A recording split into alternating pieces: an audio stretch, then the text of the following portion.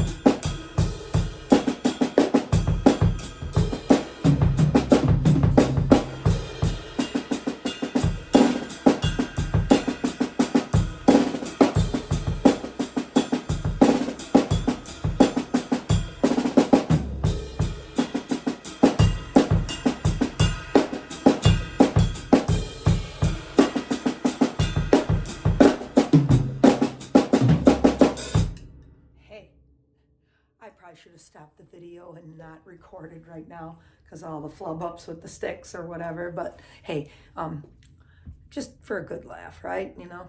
All right. So what are we doing here today? We're a busy left hand, as you can see. Also, kind of keeping the eighth notes going over here on the hi hat. Okay. When I switched it up to the ride cymbal, that was happening. Okay. Let's analyze it. Maybe over here on the hi hat for a minute. Bass notes, I'll show you first. So 1 and 2 and 3 and a 4 E. 1 and 2 E and a 3 E and a 4 E. 1 and. Okay, so when we put all the snare notes around that, I'll count that for you now. Okay, so 1 and 2 E and a 3 E and a. Okay, so it's 6 snare notes in a row, followed by the 2 bass notes there, okay? 8th note time up here for beats 2 and 3, obviously, okay? That's our given for the whole beat, okay? So that doesn't change. So 1 and 2 E and a 3 E and a. Okay, get that far? 1 and 2 E and a 3 E and a 4 and maybe just, easy on 4. Make something easy. Right, and then maybe you pick up your tempo a little bit right away, okay? And maybe just understanding those quick notes on the snare drum, right? Just to kind of quiz yourself, hey, where's my, cutoff point as far as my tempo goes, okay? Again, we want it to sound clean and clear, not sloppy, okay? So. Right,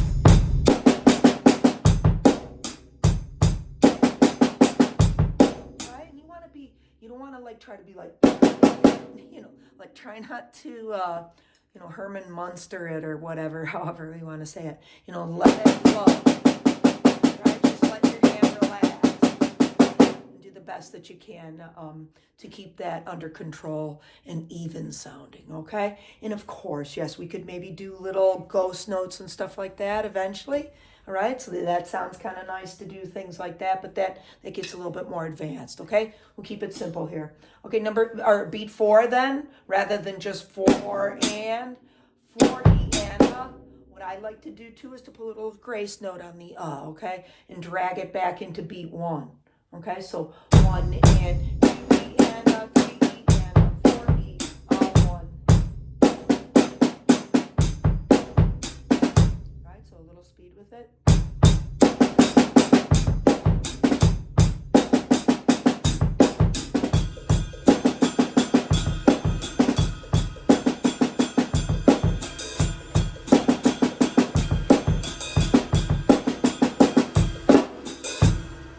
And then you can kind of fool around, maybe put a little bit more bass work into the first beat or the last beat, right? But it's meant to kind of highlight what we're doing on the snare drum there, right? Extra notes and stuff.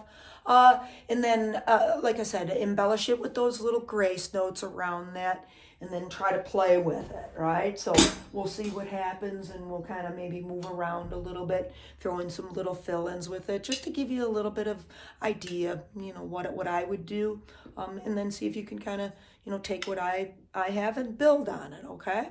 All right, so.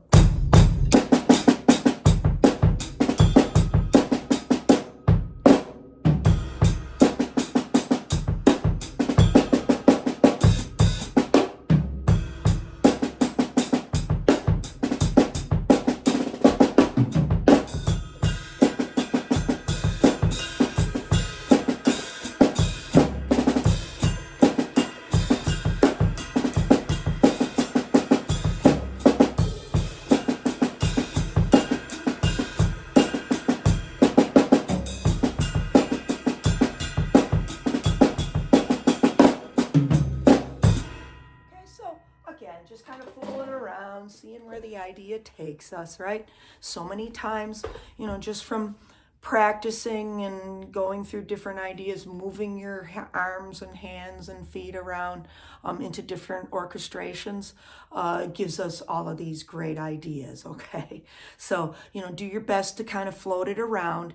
Yes, and sometimes the tonality will affect us, right? It'll throw us off a little bit, but, you know, try to be that person where doesn't matter if the wind's blowing or anything's happening, you're steady, right? You know, and then that's what we want to do in life, I guess, too, you know, through ups and downs, right? You know, and thank God that we got drumming that we can run to, right? A healthy escape for ourselves when the world does get a little crazy or people get crazy on us, right? We can escape into our wonderful world of drumming. All right, everybody.